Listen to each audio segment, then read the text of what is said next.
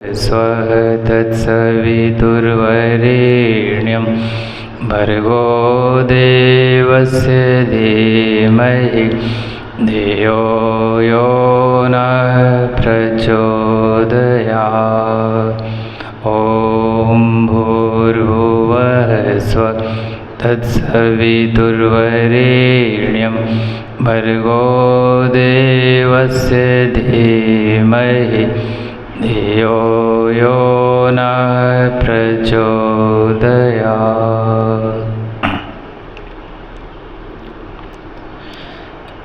उपनिषद की 3 प्रार्थनाएं साथ साथ दोहराएं।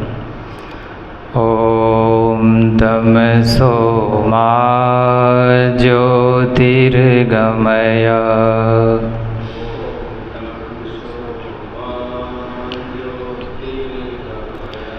ॐ असतो मा सद्गमय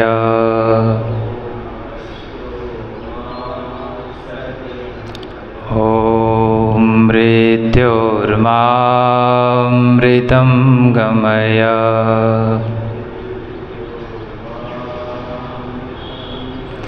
ॐ शान्ति शान्ति शान्तिः।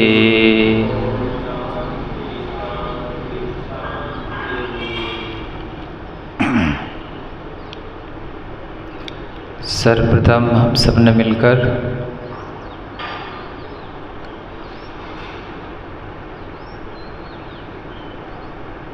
ऋषियों द्वारा उपासित, देवताओं द्वारा उपासित, अवतारों द्वारा उपासित तीनों वेदों में प्रकाशित ऋग्वेद, यजुर्वेद, सामवेद एवं चौथे वेद अथर्ववेद में जिनकी फलश्रुति का गायन हुआ है, उन महामंत्र, गुरु मंत्र, गायत्री महामंत्र का गायन किया।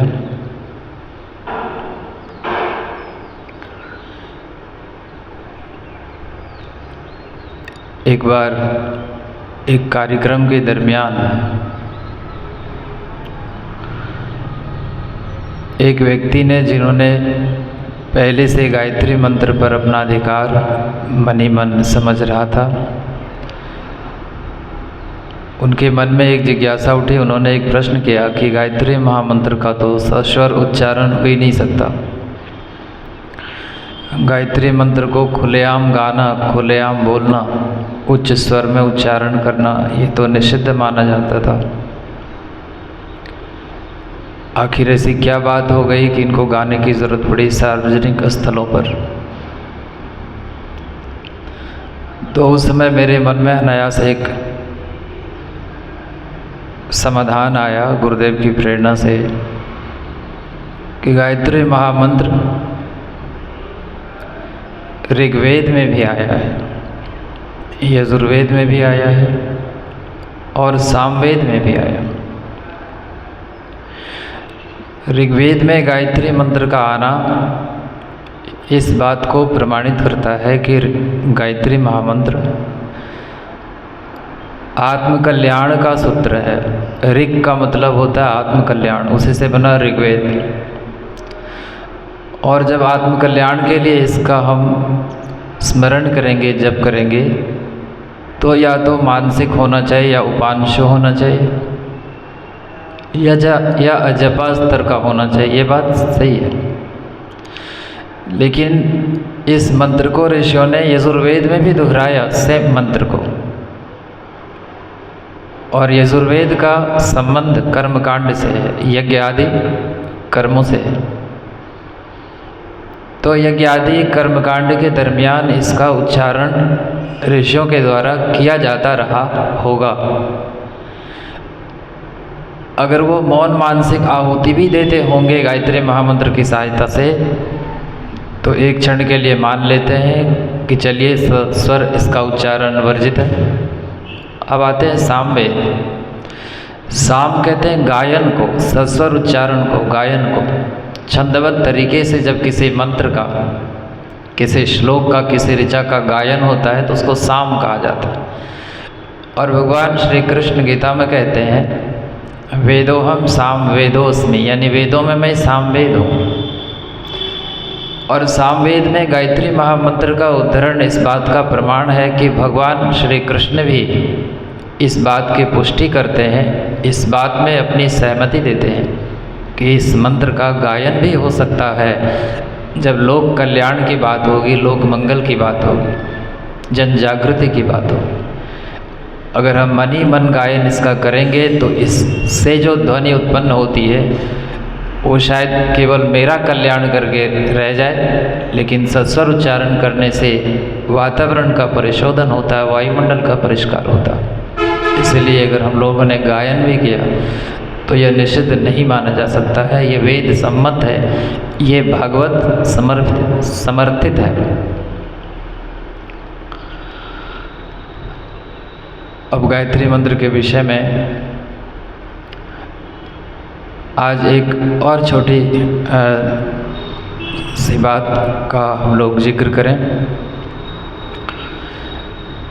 जीवन के कल्याण के लिए दो चीज़ों की ज़रूरत है, एक का नाम है साधना और दूसरे का नाम है समर्पण। सिर्फ साधना से भगवत प्राप्ति, आत्मोपलब्धि, ब्रह्मज्ञान, आत्मज्ञान आदि आदि संभव नहीं है, क्योंकि साधना का एक बाई प्रोडक्ट है सिद्धि, और उस सिद्धि का बाई प्रोडक्ट है अहंकार। और अहंकार की एक खासियत है कि वो साधक के अंदर के समस्त सद्गुणों को खा सकती है। अहंकार साधक के अंदर उत्पन्न हुए गुणों का भक्षण कर जाता है। तो इस लिहाज से साधक में जो आत्मिक प्रगति होनी चाहिए उसके लिए एक प्रकार से वो बाधा है। और अगर समर्पण उसके साथ हो तो अहंकार की निवृत्ति होती है, तब जीव भगवत प्राप्ति के लिए उपयुक्त जो पात्रता है, परिष्कार है, वो अर्जित कर पाता है। तो सर्वोच्च कल्याण के लिए साधना और समर्पण दोनों की आवश्यकता। केवल समर्पण भी होगा तो बात नहीं बनेगी, क्योंकि साधना से हमारे अंतःकरण की शुद्धि होती है, और बिना अंतःकरण की शुद्धि के, बिना अंतःकरण की दिव्यता के जो दिव्य ज्ञान है वो ठहर नहीं सकता। जो दिव्य भक्ति है, जो दिव्य प्रसाद है, वो ठहर नहीं सकता। इसलिए साधना भी जरूरी है और समर्पण भी जरूरी है।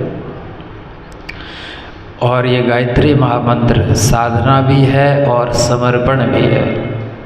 गायत्री महामंत्र एक ऐसा मंत्र है, एक ऐसा महामंत्र है जिनमें साधना और समर्पण दोनों का समन्वय है। गायत्री महामंत्र तत्सवितुर्वरेण्यम भर्गो देवस्य धीमहि, ये साधना है। हम उस सविता देवता के वरेण्य भर्ग का ध्यान करते हैं, उनको धारण करते हैं ताकि हमारे अंदर के कषाय कल्मश का निवारण हो सके, ये साधना है।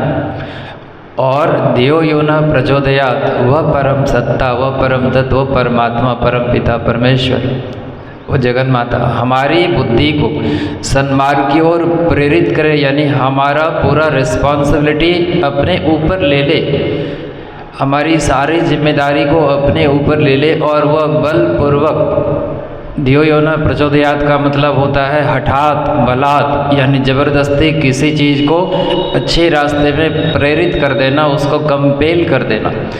यानी हम भगवान को ये अथॉरिटी देते हैं, ये अधिकार देते हैं कि आप हमारी बुद्धि को अपनी शक्ति से सन्मार्ग की ओर प्रेरित कर दें। यानी हम समर्पण करते हैं, हम उनको ऑथराइज करते हैं कि आप हमारे बुद्धि को प्रकाशित करें, आप हमारे बुद्धि को सही रास्ते की ओर ले चलें, जबरन ले चलें। हम नहीं भी जाना चाहें, हमारी बुद्धि सही रास्ते पर अनुगमन नहीं भी करना चाहे तो आप करवा दें। यानी हम उनको हैंड ओवर करते हैं अपना पूरा लाइफ, अपना पूरा जीवन। तो इस लिहाज से गायत्री महामंत्र साधना भी है और समर्पण भी है।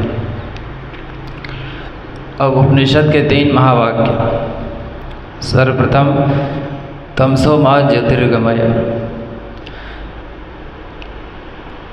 एक महापुरुष कहते हैं कि जिस प्रकार अंधकार में पदार्थ नहीं दिखता, उसी प्रकार अहंकार में यथार्थ नहीं दिखता। दोबारा सुनिए, जिस प्रकार अंधकार की वजह से पदार्थ नहीं दृष्टिगोचर होता, उसी प्रकार से अगर हमारे भीतर अहंकार है तो वो यथार्थ को नहीं देख सकता, यथार्थ वस्तु को, यथार्थ तत्व को नहीं देख सकता। और यहाँ जो तम है, तमसो मा ज्योतिर्गमय, ये तम सिर्फ अंधकार का ही प्रतीक नहीं है, यह हमारे अंदर के अहंकार का भी प्रतीक है, हमारे फॉल्स ईगो का भी प्रतीक है।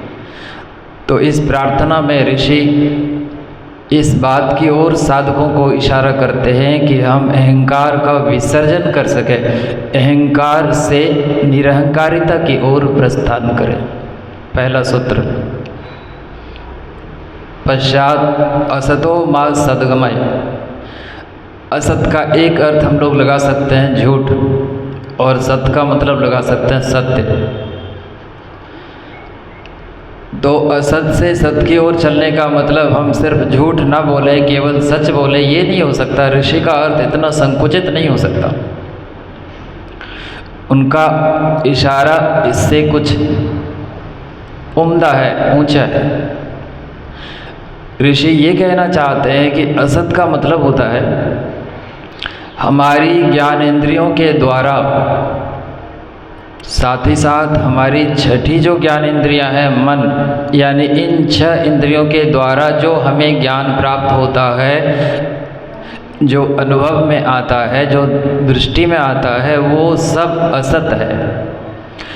भगवान श्री राम ने भी इस चीज़ को सत्यापित किया। गो गोचर जहाँ लग मन जाई, सो सब माया जानो भाई। वो सब एक प्रकार का भ्रामक दृश्य है, वो उसमें यथार्थ का अभाव है। यानी 5 ज्ञान इंद्रियों और छठी इंद्रिय मन के द्वारा जो हम अनुभव और ज्ञान प्राप्त करते हैं, जो उसके आधार पर हमने ज्ञान अर्जित किया है, वो असत है, ये ऋषि कहते हैं।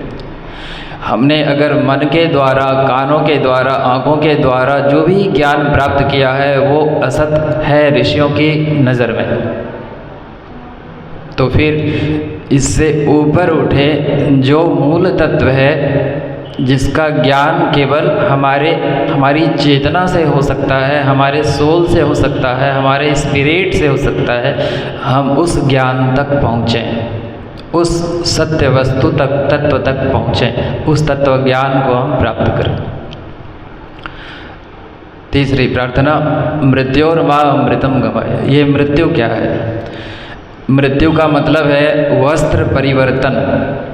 वसांसि जीर्णानि यथा विहाय नवानि गृह्णाति नरोपराणि। जिस प्रकार से कोई व्यक्ति अपने पुराने वस्त्रों को उतार कर नए वस्त्र को धारण करता है, वैसे ही जीवात्मा पुराने वस्त्र को, यानी शरीर रूपी वस्त्र को उतार कर नए वस्त्र को धारण करने के लिए जब प्रस्थान करती है, नए शरीर को धारण करने के लिए जब प्रस्थान करती है, तो इस घटना को हम लोग लौकिक भाषा में मृत्यु कहते हैं। यानी मृत्यु का मतलब शरीर का परिवर्तन, यानी वस्त्र का परिवर्तन, परिधान का परिवर्तन। ठीक है। तो ऋषि क्या कहना चाहते हैं? ऋषि कहना चाहते हैं कि अभी जो हमने वस्त्र उतारे, वो वस्त्र पदार्थ के द्वारा निर्मित है, वो जड़ वस्त्र है। हमने शरीर को छोड़ा, ये जड़ तत्व से निर्मित है। तो होना क्या चाहिए? होना ये चाहिए कि हम परमात्मा से ये प्रार्थना करें कि हमारे वस्त्र को, जो बार बार आप बदलते आ रहे हैं अनंत काल से, इससे हम अब एक तरह से थक चुके हैं।